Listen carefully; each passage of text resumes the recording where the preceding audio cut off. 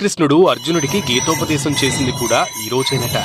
ఎంతో విశిష్టమైన ఈ రోజున ఉత్తర ద్వారం గుండా స్వామిని దర్శించుకుంటే జన్మ జన్మల పాపాలు తొలగిపోయి మోక్షం సిద్ధిస్తుందని ప్రతీది. మరి పక్షంలో అన్ని తిథులు ఉండగా ఒక్క ఏకాదశి తిథికే అంత ప్రాధాన్యం ఎందుకు లభించిందో, శ్రీమహావిష్ణువుకు ఈ తిథి ఎందుకు ప్రీతిపాత్రమైనదో ఇప్పుడు తెలుసుకుందాం. కృతయుగంలో చంద్రావతి నగరాన్ని రాజధానిగా చేసుకుని మురా అనే రాక్షసుడు పరిపాలించేవాడు. అమేయ శక్తి సంపన్నుడైన మురాసురుడు ప్రజలను, ఋషులను తీవ్రంగా హింసిస్తూ యజ్ఞ యాగాదులను ధ్వంసం చేస్తుండేవాడు. ఇంద్రాది దేవతలను సైతం ఓడించిన మురాసురుడు త్రిమూర్తులనే లెక్క చేయకుండా కయ్యానికి కాలు దువ్వుతుండేవాడు.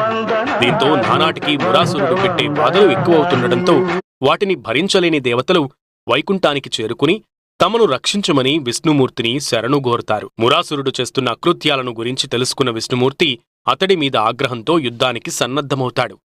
మురాసురుడితో యుద్ధం